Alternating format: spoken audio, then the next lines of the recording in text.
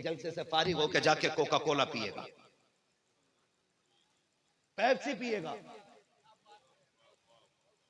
Filter के नाम पे किल्ले पानी लेके आएगा। किसका ये? बोले, डरो मत, बोलो किसका है? इजराइल का। तुम पानी तक पीने के लिए मोहताज। तेरे बच्चे इजराइल की फैक्ट्री में बनने वाले बर्गर और पिज्जे खाएं और वो फिलिस्तीन के बच्चों को मजाक मजाक में गोलियों से उड़ा दे, और फिर कहो हम जन्नती हैं।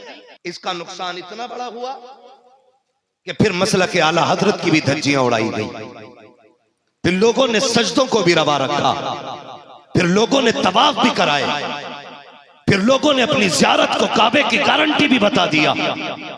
इतना नुकसान मिल्लत को पहुंचा, जिस कौम को सिर्फ खुदा के आगे झुकाया गया था वो पीरों के आगे झुकने लग गई। किस बुनियाद पे? क्योंकि हमारी खानकाहों में सज्जादे अक्सर जाहिल बैठने लग गए। जब सज्जादे जाहिल बने ना तो उन्होंने सोचा मुरीद अबू जहल रहे ताकि कोई हमसे नमाज ना सुन सके। वही पॉलिसी है जो आज हिंदुस्तान में चल रही है, न पढ़े न पढ़ने देंगे। वही पॉलिसी उस जाहिल खानकाही लोगों ने रखी है, न पढ़े न पढ़ने देंगे। अगर मौलवी के साथ किसी मुरीद को देख लिया ना तो फिर उस पे बिजली बन के गिरते। गया क्यों था फला मौलवी के साथ? फिर गुमराह किया जाता है और कितनी तंग नजरी पेश की जाती है। कहा जाता तुझे नहीं मालूम है फकीरों की लाइन अलग होती है, मौलवी की लाइन अलग होती है। ये कह के मुरीदों को उलमा से दूर किया जाता है। याद रखिएगा, आज भी मैं डंके की चोट पे कहता हूँ, जब तक आप आलिम नहीं बनेंगे उस वक्त तक फकीरी की आप मसनद पे बैठ नहीं सकते हैं। असल फकीर वही होता है जो मुस्तफा के दीन का आलिम होता है, जो मुस्तफा की शरीयत का आलिम होता है। इसलिए कि जो जाहिल होता है वो गुमराही की तरफ जाता है, जो आलिम होता है वो मुस्तफा के मदीने की तरफ ले। वल्आक़िबतु लिल्मुत्तक़ीन वस्सलातु वस्सलामु अला रसूलिहिल करीम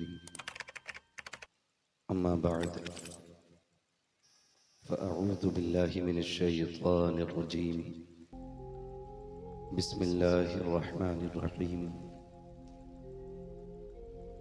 या अय्युहल्लज़ीना आमनु उद्खुलू फ़िस्सिल्मि काफ़्फ़ा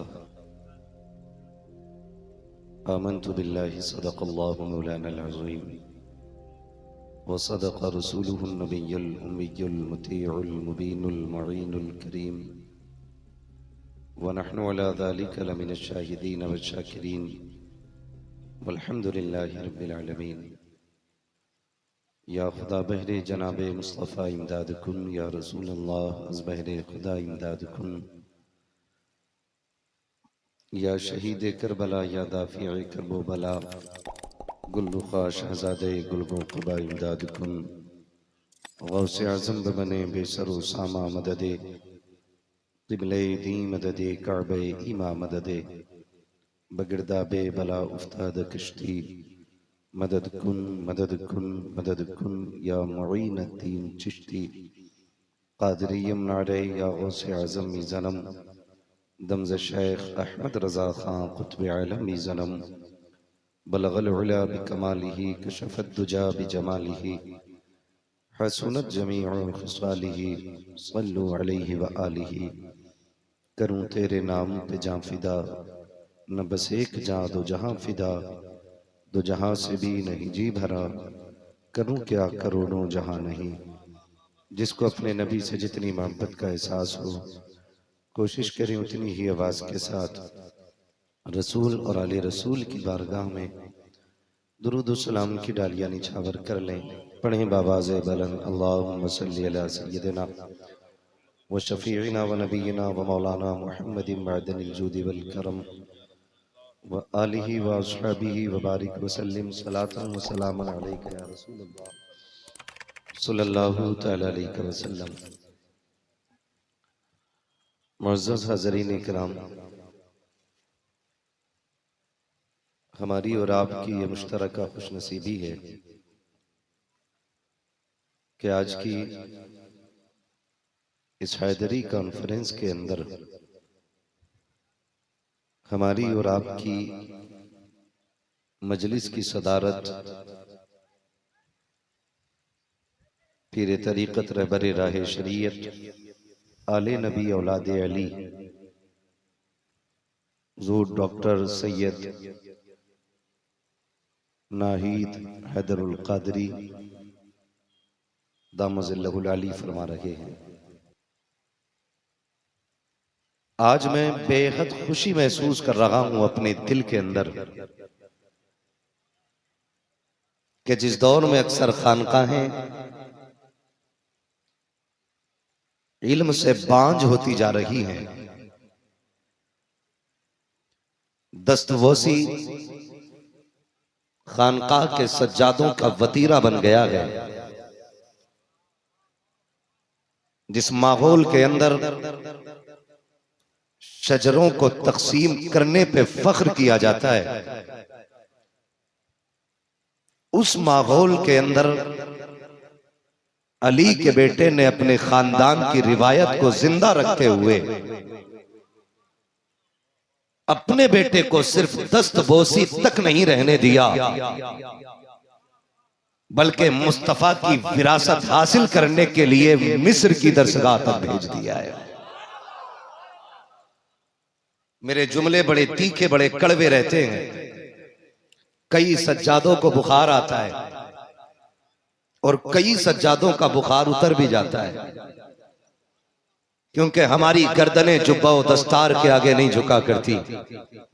हमारी गर्दनें अगर झुकती हैं तो मुस्तफा के वफादार के आगे झुका करती हैं, और हम हर किसी को तस्लीम नहीं करते। आज जो सोसाइटी और मुआशरा हमारा तबाही की तरफ जा रहा है, मैं बिना किसी खौफ के ये डंके की चोट पे कहता हूं कि इब्तदाई दौर में सबसे ज्यादा काम अगर दीन का हुआ है तो खानकाहों से हुआ है, और मौजूदा दौर में अगर आज सबसे ज्यादा नुकसान इस्लाम को पहुंच रहा है तो चंद नाम निहाद खानकाहों ही से पहुंच रहा है। बर्दाश्त कीजिएगा मेरे जुमले, मुझे इससे सरोकार नहीं आप किस खानकाह से ताल्लुक रखते हैं, लेकिन इतना जानता हूं सबका रिश्ता मदीने वाले मुस्तफा से जुड़ा है। खानकाहों से बड़ा नुकसान पहुंचा जब सज्जादगी का हकदार सिर्फ बेटे को समझा गया, अहल को नहीं। तो हम मसनद को मसनद नशी तो दे सके, उम्मत को हुजूर का वारिस न दे सके। इसका नुकसान इतना बड़ा हुआ कि फिर मसलक के आला हजरत की भी धज्जियां उड़ाई गई, फिर लोगों ने सजदों को भी रवा रखा, फिर लोगों ने तवाफ भी कराए, फिर लोगों ने अपनी ज़ियारत को काबे की गारंटी भी बता दिया। इतना नुकसान मिल्लत को पहुंचा, जिस कौम को सिर्फ खुदा के आगे झुकाया गया था वो पीरों के आगे झुकने लग गई। किस बुनियाद पे? क्योंकि हमारी खानकाहों में सज्जादे अक्सर जाहिल बैठने लग गए। काश हमारी खानकाहों को ऐसे ही लोग मिलते जो अपनी कुर्सी किसी लाइल्म के हवाले नहीं, मुस्तफा के दीन के वारिस के हवाले करके जाते। आज उम्मत को ये बुरे दिन देखने नसीब नहीं होते जो आज उम्मत का मुकद्दर बन चुके हैं, जबकि खानकाह और खानकाही शख्सियत सबसे बड़ी ताकत है उम्मत मुस्लिमा के पास। मगर कब? जब इसका इस्तेमाल दुरुस्त हो, जबकि इसका इस्तेमाल सही हो। दूध छुटा, लोगों ने देखा जूतियां उठाने लगे, शहजादे की तो पढ़ाने की जरूरत थी क्या? कभी खुतबा पढ़े हजरत तो देखो बिस्मिल्लाह तक नहीं पढ़ पाते, और कभी कभी तो कुछ सज्जाद जब माइक पे आते हैं तो हम डरते हैं कि इन्हें देख के लोग बरेलवियों का अंदाजा लगाएंगे कि मसला के आला हज़रत के मानने वाले लोगों को खुतबा भी याद नहीं, इनका तलफ्फुज़ भी दुरुस्त नहीं, मजाक बना के रख दिया। मैं मुबारकबाद पेश करता हूं खानकाह हैदरी के हर एक जियाले को कि तुमने बद्र से लेकर के आज तक की तारीख को जिंदा रखा हुआ है। आज भी खुशी हुई महबूब गौहर साहब क़िबला कि आज हमने लायक सज्जादा का वारिस किसी लायक को बनते देख रहे हैं। नारे तकबीर, नारे रिसालत, फैज़ाने हुजूर नबीरे मिल्लत, हैदरी कॉन्फ्रेंस। वरना यही जब सज्जादे जाहिल बने ना तो उन्होंने सोचा मुरीद अबू जहल रहे ताकि कोई हमसे नमाज ना सुन सके। वही पॉलिसी है जो आज हिंदुस्तान में चल रही है, न पढ़े न पढ़ने देंगे। वही पॉलिसी उस जाहिल खानकाही लोगों ने रखी है, न पढ़े न पढ़ने देंगे। अगर मौलवी के साथ किसी मुरीद को देख लिया ना तो फिर उस पर बिजली बन के गिरते। गया क्यों था फला मौलवी के साथ, फिर गुमराह किया जाता है और कितनी तंग नजरी पेश की जाती है। कहा जाता तुझे नहीं मालूम है फकीरों की लाइन अलग होती है, मौलवी की लाइन अलग होती है। ये कह के मुरीदों को उलमा से दूर किया जाता है। याद रखिएगा, आज भी मैं डंके की चोट पर कहता हूँ, जब तक आप आलिम नहीं बनेंगे उस वक्त तक फकीरी की आप मसनद पे बैठ नहीं सकते हैं। असल फकीर वही होता है जो मुस्तफा के दीन का आलिम होता है, जो मुस्तफा की शरीयत का आलिम होता है। इसलिए कि जो जाहिल होता है वो गुमराही की तरफ जाता है, जो आलिम होता है वो मुस्तफा के मदीने की तरफ ले। और ये नजरिया वो लोग देंगे जो खुद भी आलिम होंगे और आलिमों से प्यार करते होंगे। ये यूनिवर्सिटी तुम्हें क्या लगता है ये बच्चे पालने के लिए बन रही है? मुझे बताओ। इसलिए इसकी बुनियाद रखी जाएगी ताकि इनकी नस्लें मौज करें। खुदा की कसम अगर ये दुनिया छोड़ के जंगल में रखें तब भी ये मौज करेंगे, क्योंकि इनकी शान ये है तेरी नस्ले पाक में है। बच्चा बच्चा नूर का, तू है नूर, तेरा सब घराना। ये बिला वजह बुनियाद नहीं रखी जा रही है। इसकी वजह सिर्फ ये है कि जिस दीन को बदर से लेके करबला तक बचाया था हमने, वो दीन सुबह क़यामत तक महफूज रहना चाहिए, सुबह क़यामत तक महफूज रहना चाहिए। इसलिए इस यूनिवर्सिटी की बुनियाद रखी जा रही है, इसलिए इसका क़याम अमल में लाया जा रहा है। वरना गलत नहीं कह रहा हूं। मुसाफिर बहुत होते हैं जीने के लिए, मुसाफिर काफी है। क्यों इतनी बड़ी सरदर्दी? एक छोटा सा हम लोग इदारा कायम कर लेते तो 365 दिन चक्कर में लगे रहते हैं। छोटे से इदारे चलाने वाले चक्कर में पड़ जाते हैं। जिनकी जिंदगी शहंशाहों की तरह हो, जिनके आगे पीछे लोग पल के बिछाते हो, उन्हें क्या जरूरत पड़ी इतनी बड़ी यूनिवर्सिटी की? तो जरूरत यह है कि हुजूर की उम्मत पीछे नहीं रहनी चाहिए। सिर्फ ये दर्द है कि हुजूर की उम्मत पीछे नहीं रहनी चाहिए। इसलिए इस यूनिवर्सिटी को कायम दिया जा रहा है, इसलिए इस यूनिवर्सिटी को कायम किया जा रहा है, इसलिए इस यूनिवर्सिटी को बनाया जा रहा है। याद रखिएगा, जब खानकाहों में इल्म होता है ना तो फिर खाली मुजाबर पैदा नहीं होते। कोई मोइनुद्दीन अजमेरी बनता है, कोई ख्वाजा कुतुबुद्दीन बख्तियार काकी बनता है, कोई बाबा फरीद बन के चमकता है, कोई साबिर कलियर बन के चमका करता है। लेकिन कब? जब इल्म होगा, जब इल्म होगा तब ये चमकेंगे। वरना जाके देख लो, वो पूछा था ना किसी ने भी जाके खानका के एक मुजाबिर से, किसकी उम्मत हो? उसने कहा भी नया नया आया हूं। हजरत ये कंडीशन मुजाबिरों की, नया नया आया। और अगर कोई और पावर वाला बैठा मुजाबिर तो धागे बांध रहा है, 7 रंग का बांध ले, कामयाब हो जाएगा। कोई कड़े पहना दे रहा है, कोई कंगन डाल दे रहा है हाथों में, अच्छे खासे मर्द को औरत बना दे रहे हैं लोग। क्यों? क्योंकि इल्म नहीं है, ये जाहिल है। इसलिए हम ये चाहते हैं कि हर घर से इल्म का चिराग रोशन होना चाहिए। आज आपने 50,000 देने का वादा किया है ना, आज आपने एक सैयदजादे के ऐलान पे 50,000 उठा के दिए, तो आपको लगेगा ना 1 साल की कमाई गई।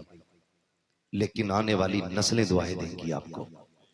जब जब बुनियाद का तज़किरा हुआ करेगा ना, इस हैदरी कॉन्फ्रेंस की बातें हुआ करेंगी, और वो नाम निकल के आया करेंगे लिस्टों में, किसी ने 51,000 दिए थे, किसी ने 50,000 दिए थे। और याद रखिएगा ये बात सिर्फ नस्लों तक नहीं रहेगी, ये बात मैदान हश्र तक जाएगी। हम मुस्तफा जाने रहमत के चाहने और मानने वाले लोग हैं। किसी ने कहा था हजारों साल नरगिस अपनी बेनूरी पे रोती है, बड़ी मुश्किल से होता है चमन में दीदावर पैदा। आज दुनिया आजादी की जंग लड़ना चाहती है, कभी वक्फ बिल की बात आती है, कभी हमारे हुकूक की बात आती है, कभी पर्दों की बात आती है। मुझे तो हैरत होती है, आज तक हमने नेताओं पे भरोसा किया, मंत्री पे भरोसा किया, और मुझे दर्द होता है उस वक्त जब मिंबर पे बैठने के बाद कोई अपनी वजाहत पेश करता है, कोई अपनी सफाई देता है। बता दो दुनिया वालों को ये मिंबर तुम्हारी वजाहत के लिए नहीं है, तुम्हारी सफाई के लिए नहीं है, ये मिंबर इसलिए लगाए गए हैं इस पे बैठकर या तो खुदा की बात होगी या मदीने वाले मुस्तफा की बात की जाए।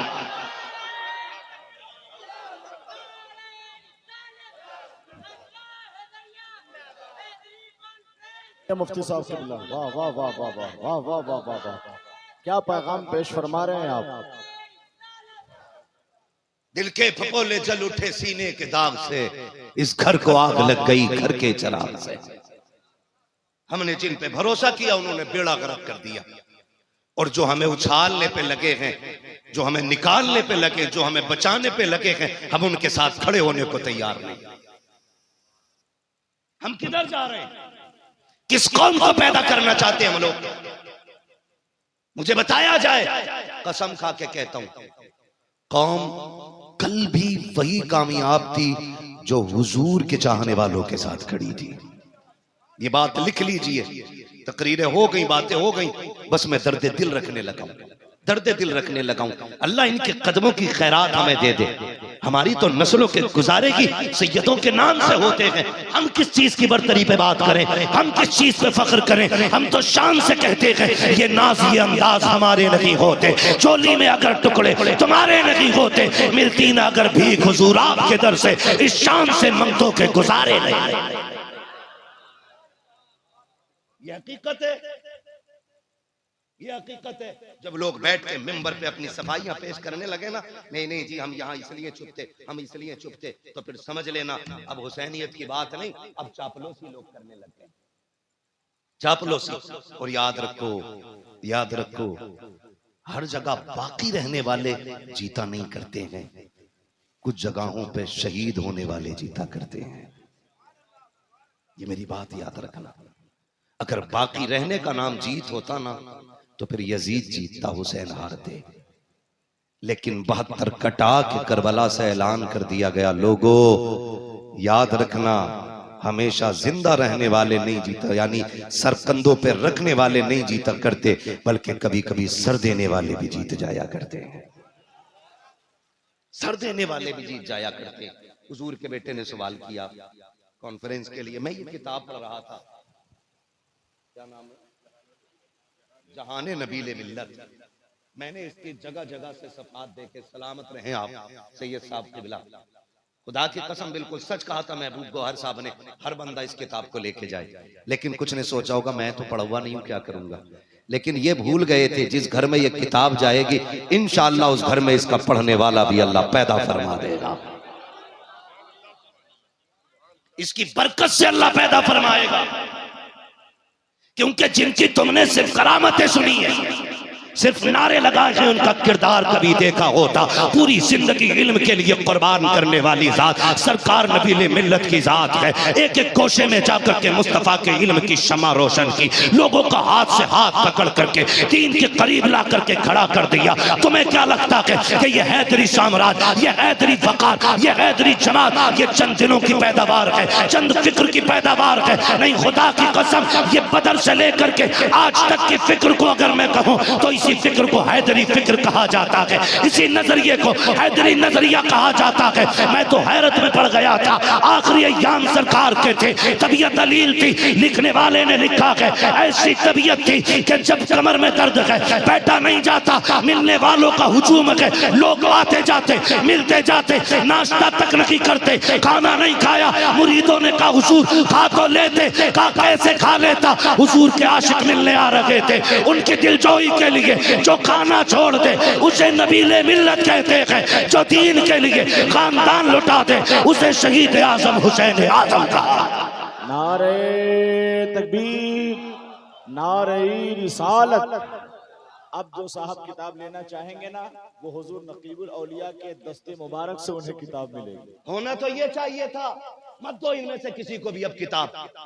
होना ये चाहिए था, जैसा ऐलान हुआ था हर बंदा उठ जाता। लेकिन हम 150 रुपए का मसाला खा सकते हैं, लेकिन जिसके जरिए ईमान सलामत रखे, नस्लें सुधर जाए, उस किताब को लेते हुए हमारे हाथ कांप रहे।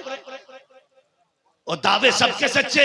और सुन, ये दावे सच्चे नहीं, ये खोखले दावे। तुझे सच्चा दावा दिखाऊं गुलामी किसे कहते हैं। चल तुझे बगदाद लेके चलूं,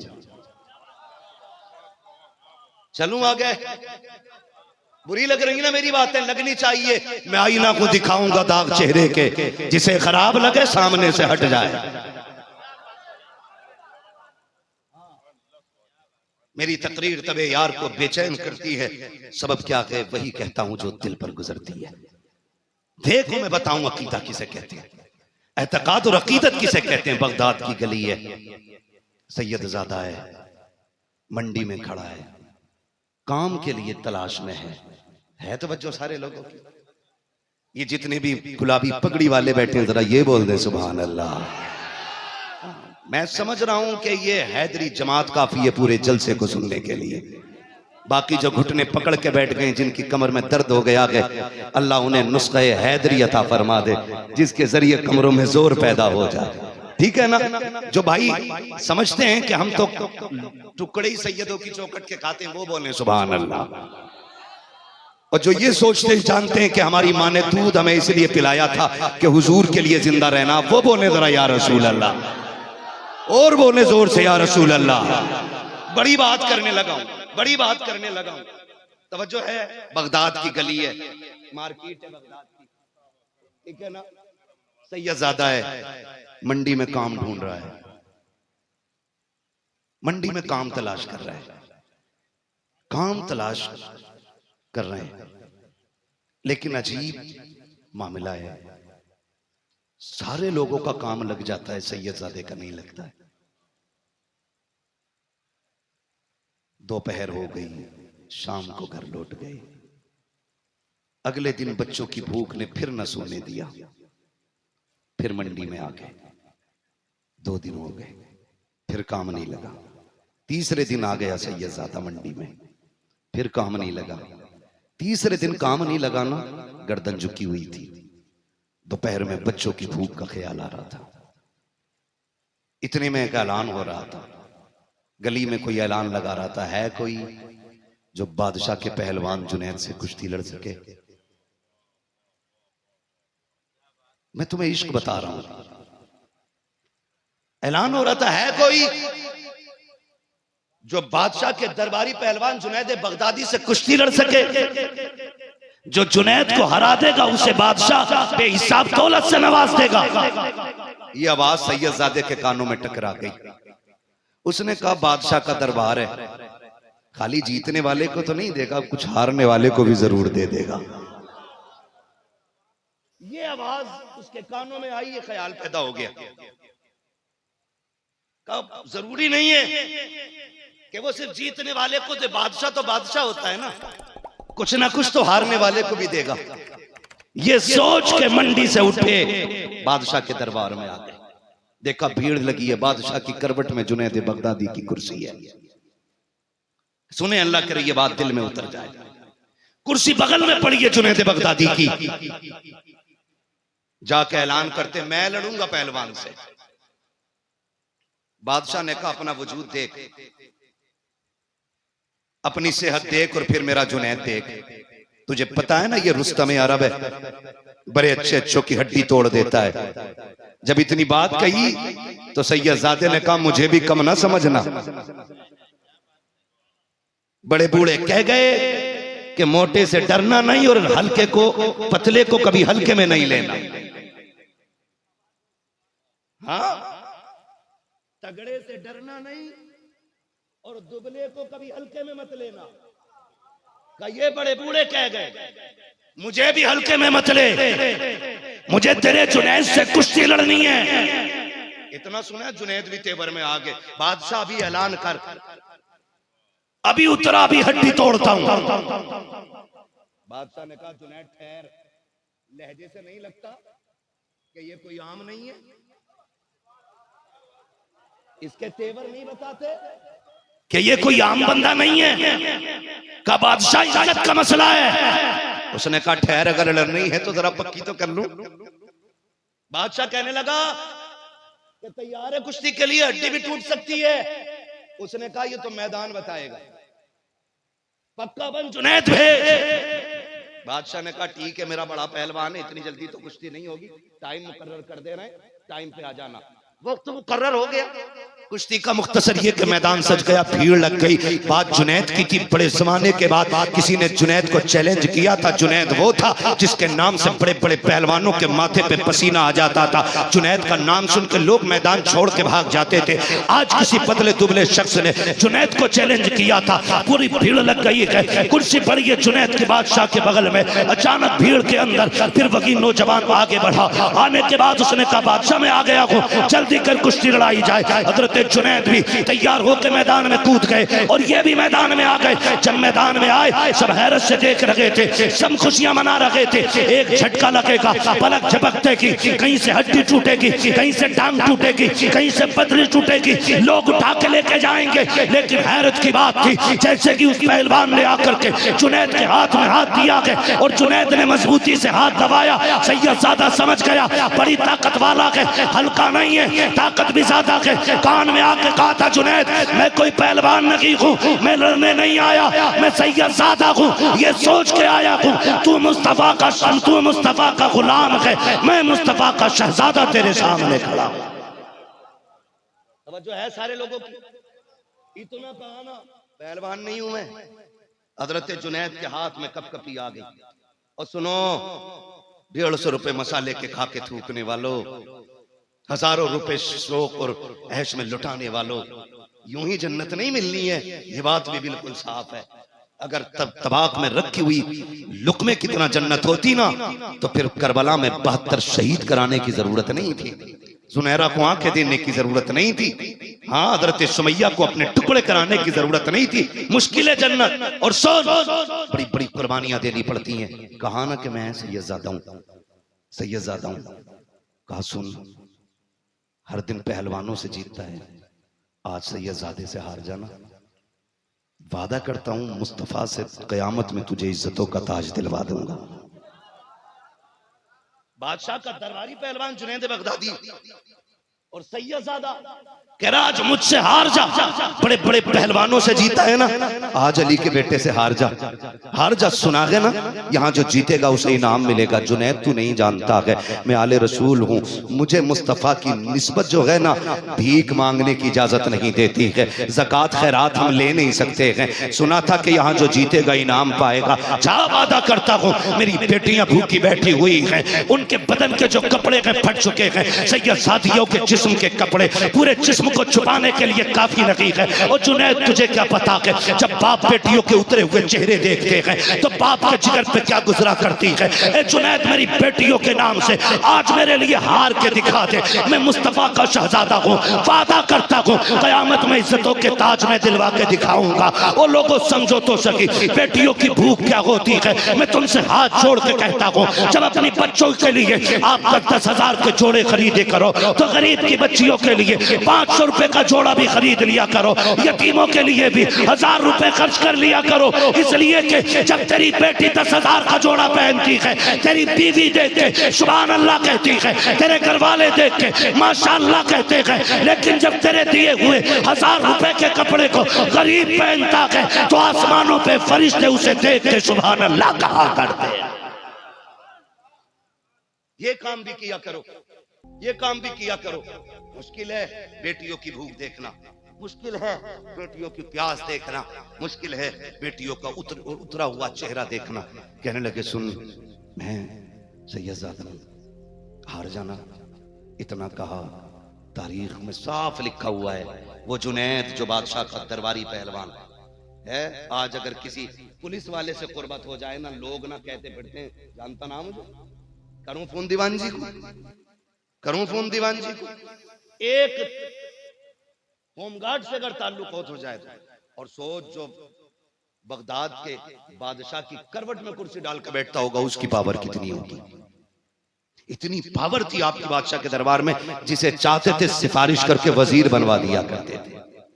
ये पावर जुनैद बगदादी की थी, तारीख गवाह है। अभी चंद लम्हे गुजरे हैं, दुनिया ने देखा सैयद ज़ादा सीने पे है, जुनैद बगदादी जमीन पे लेटा हुआ है। बादशाह ने कहा नहीं ठहरो, ये कुश्ती मुकम्मल लगी है, मेरे जुनैद का पैर फिसल गया होगा। फिर से कुश्ती हुई, फिर से सैयद ज़ादे को जुनैद बगदादी ने उठा के सीने पे रखा है। तीसरी मर्तबा जब सीने पे रखा और लोग शहजादे को लेके चलने लगे, जुनैद बगदादी उठे। बादशाह ने कंधा पकड़ के कहा था जुनैद आज तुझे हो क्या गया था, एक कमजोर बंदे से हार गया। जुनैद ने रो के कहा था बादशाह मैं पहलवान हूँ, मुसलमान हूँ, यजीदी नहीं हुसैनी हूँ, मैं अली के बेटे के कंधे पे कैसे सवार हो सकता था। वो जो लड़ने आया था पहलवान नहीं था, लेकिन फातह खैबर का बेटा था, हैदर कर्रार का बेटा था। उसने इज्जत का वादा किया है, मैंने दुनिया की इज्जत दे के उससे आखिरत की इज्जत का सौदा कर लिया।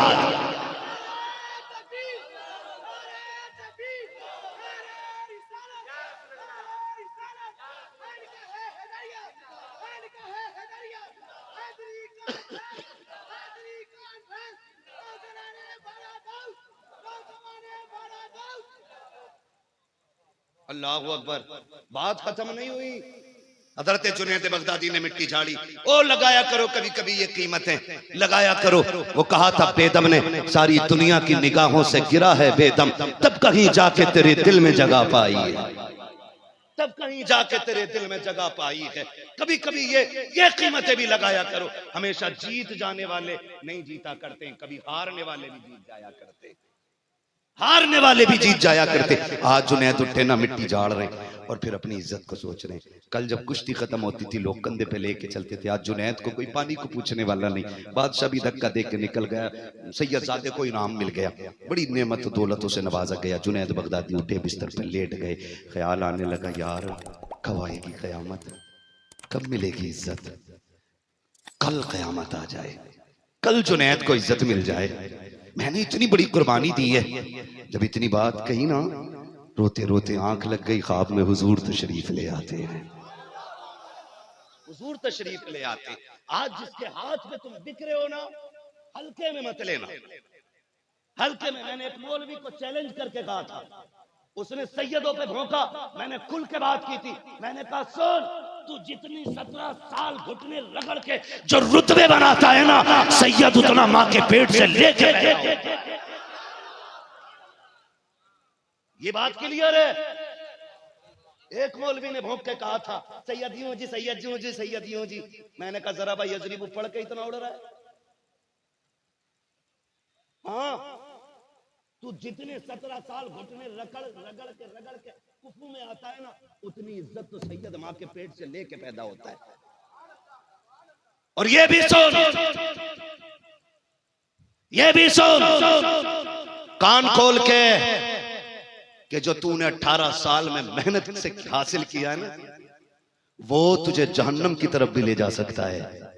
लेकिन जो सैयद नस्लों में लेके पैदा, नसों में लेके पैदा होता है ना, ये सीधा उसको जन्नत की तरफ लेके जाया करता है।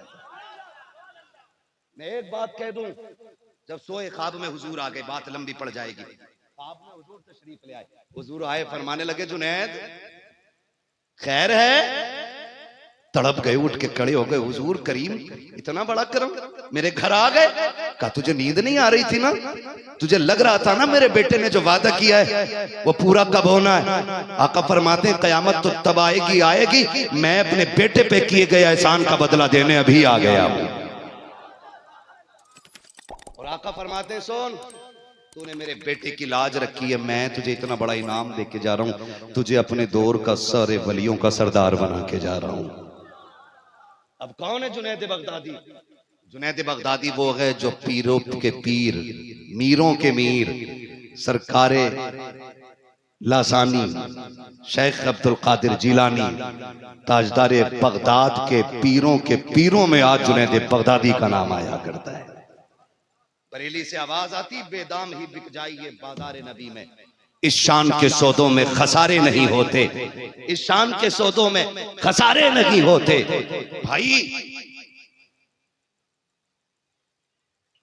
मैं आपसे कहना चाहता हूं, खुदारा सैयदों से सच्चा प्यार करें, इश्क करें इनसे, बिक जाओ इनके हाथ पे। जो बिक जाते हैं वो यहां भी बाइज्जत रहते हैं, वहां भी बाइज्जत रहते हैं, वहां भी बाइज्जत रहते हैं। किताब का मसला नहीं था, ये किताब नहीं थी। इंशाअल्लाह इसके रखे हुए नुस्खों से अल्लाह हमारी नस्लों में आलिम पैदा फरमा देगा। इसको संभाल के रखिएगा, ये बहुत बड़ा तोहफा है, बहुत बड़ा तोहफा है। इसलिए खुदारा मैं सोचता हूं कि हमारी कौम मेले में बेचने वाले घोड़े के नाल से बनी हुई अंगूठी पे भरोसा कर लेती है, लेकिन अल्लाह के वली के दिए हुए नुस्खों पे भरोसा नहीं करती। ये भी हमारी कौम के बुरे दिन आने थे। हाँ, काले धागे में बांध के हुजूर घोड़े के बाल लटका लेगा, लेकिन हुजूर ने जो सुन्नत के बाल दिए ना, इसे रखते हुए मरी पड़ जाती। रखें जरा ये चीजें लाके देखें, फिर देखें अल्लाह कितनी बहारें अता फरमाता है, अल्लाह कितनी इज्जत अता फरमाता है। और मुकद्दर वाले हैं, हमें हुजूर के बेटे मिले हैं, वो भी पढ़े लिखे मिले। इस बात पे बोलो सुभान अल्लाह। ये सोना है और इल्म सोने पे सुहागा है, ठीक है ना? सोना है और सोने पे सुहागा है, सुहागा है। तो ये हमारा मुकद्दर है। आज जिन बेटों की महफिल में बैठे हैं ना, वो बेपढ़े नहीं है, पढ़े लिखे बेटे। और मेरे आका ने फरमाया था, अना मदीनतुल इल्म वालियुन बाबूहा, मैं इल्म का शहर हूं, अली उसका दरवाजा है। याद रखिएगा, इल्म उसी को मिलेगा जो इल्म के शहर जाएगा, और शहर वही जाएगा जो दरवाजा पार करेगा।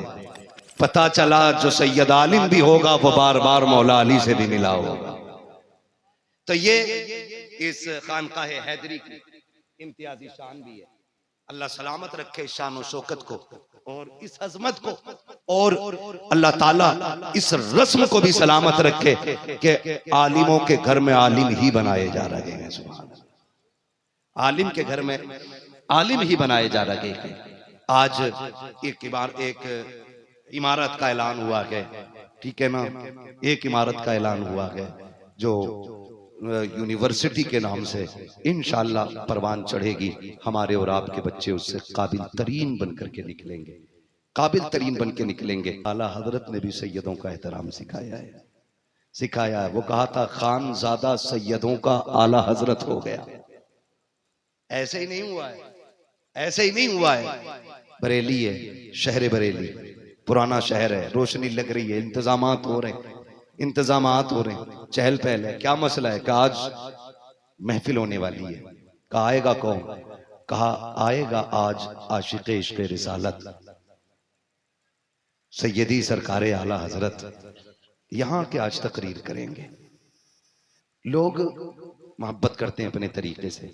उन्होंने कहा ठीक है जी, हम भी आला हजरत को जाकर के ना ऐसे नहीं लाएंगे, हम पालकी में लेकर के आएंगे, पालकी में लेकर के आएंगे, कंधे पे लेके आएंगे। पालकी गई, आला हजरत को बैठाया गया, बैठ के चले। मैं बता रहा हूं आला हजरत ने कितनी इज्जत की है, कितनी इज्जत की है। आज मसला नहीं है, आज मसला यह है कि जी हमारी इज्जत होनी चाहिए, हम तो अल्लामा है, ये खाली सैयद है। आला हजरत को देखो, ऐ इश्क तेरे सदके जलने से छुटे सस्ते, जो आग बुझा देगी वो आग लगाए। यूं ही कोई आला हजरत नहीं बना करता है। महबूब को अगर उस नकीब का नाम है जिसने इमाम अहमद रजा को बिलिस्तिहाब पढ़ा है और फिर जाकर के सवाने आला हजरत मंजूम तहरीर फरमाई है, ये अनपढ़ नकीब नहीं है, ये जज्बाती नकीब नहीं है, काबिल नकीब है। जो नकीब भी अल्लामा भी, ये अलग बात है कि जितनी बड़ी मेहनत की हुजूर इन्होंने, लोगों ने उस नजरिए से इनकी कोशिश और काबिश को देखने की कोशिश नहीं की। डॉक्टर तो बने आला हजरत को पढ़ने से है ना, पीएचडी की ये शख्सियत ने। ताज्जुब तो इसी बात में होता है, जो आला हजरत की चंद करामतों के अलावा कुछ नहीं जानते, वो उसको तस्लीम करने तैयार नहीं जिसने आला हजरत पे पीएचडी की है। ये बुरे दिन है इस उम्मत के। अगर पादरियों का छोटा सा भी आलिम हो ना, पूरी कौम खोपड़ी पे रखती है। और यही वजह है यहूदी तुम्हारे घरों के अंदर है। गलत नहीं कह रहा हूं मैं, सैयदजादे के कदमों में बैठ के कह रहा हूं। यहां से लेकर एक खानका तक बात जाए, मुझे डर नहीं लगता है। मैंने किसी अल्लू लल्लू के पैर नहीं दबाए। मेरे उस्तादों में अल्लामा आकिल जैसी शख्सियत का नाम आता है, जो बुखारी शरीफ की शरह तहरीर फरमा है। 8 जिल्दें मुकम्मल हो गई हैं बुखारी शरीफ की शरह की। हाँ, मैं खुल के ये बात कह रहा हूं, यहूदियत हमारे घरों में आ गई और अभी हम 313 की तरह मदद का इंतजार कर रहे हैं। मैं मदद का मुनकिर नहीं, ये काबिल तरीन लोग बैठे हुए अल्लामा ज़री साहब करला तशरीफ फरमाए। मदद तब आती है जब बंदे 313 हो, लेकिन अमल के मैदान में उतरे हों। तब मदद नहीं आती जब करोड़ों की तादाद में हो और खाना खा के कहें कि बुरा हो रहा है फिलिस्तीन के साथ। पेट भर रोटी तोड़ के कहे कि गलत हुआ, कभी उनके लिए मदद नहीं उतरेगी। मदद कब उतरती है? मदद तब उतरती है जब बंदा खुद भी अमल के मैदान में उतरे। पूछूं आपसे, बुरा मत मानिएगा, जैसे आप वैसा मैं। जितना रिश्ता हुजूर से आपका उतना ही मेरा है, और जितना करम मुझ पे हुजूर का उतना ही आप पे है। जितनी तमन्ना मेरे दिल में जन्नत की है उतनी आपकी है, और जितना हुजूर मुझसे प्यार करते हैं उतना आपसे करते हैं। मगर याद रखें, मुझे बताएं तो सही कि खाली दुआओं से काम चलेगा? क्या चीज हमारे घर में नहीं है? हमारी कौम का नौजवान मसला क्या हजरत का नारा भी लगा रहा है, फिलिस्तीन का नारा भी लगा रहा है, लेकिन जलसे से फारिग होकर जाके कोका कोला पिएगा, पेप्सी पिएगा, फिल्टर के नाम पे किल्ले पानी लेके आएगा। किसका ये?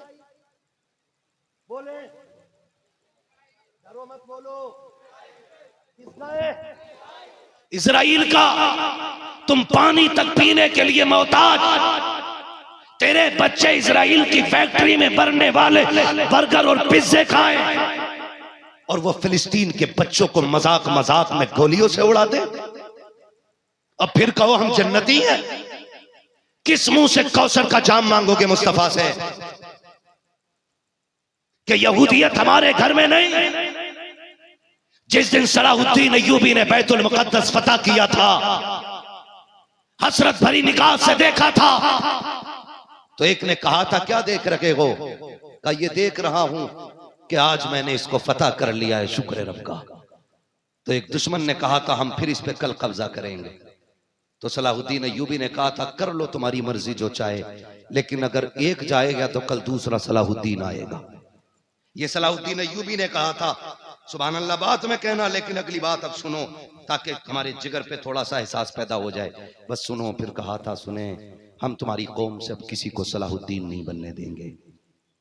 वो छीन लिया गया हमसे, हमें जाहिल बना दिया गया, तालीम हमसे छीन गई, हम इल्म हमसे चला गया, हम रोडों पे आ गए, हम जाहिल गवारों के पीछे फिरने लग गए। अगर कामयाब बनना है तो फिर इल्म से हमें आरास्ता होना पड़ेगा, अपने इदारों को मजबूत करना पड़ेगा, अपनी यूनिवर्सिटीज को मजबूत करना पड़ेगा, अपने मदारिस को मजबूत करना पड़ेगा, तब जाके हम कामयाब होंगे। तुम्हें खुदा का वास्ता देख के कहता हूँ, वो लोगों सच्चे पक्के मुसलमान हो जाओ, अपने कायदीन के कदमों में आ जाओ, और ये मत सोचो ये मौलवी के जानते क्या है। खुदा की कसम, जहां साइंस आज पहुंची है, मौलवी वहां 1400 साल पहले जा चुके।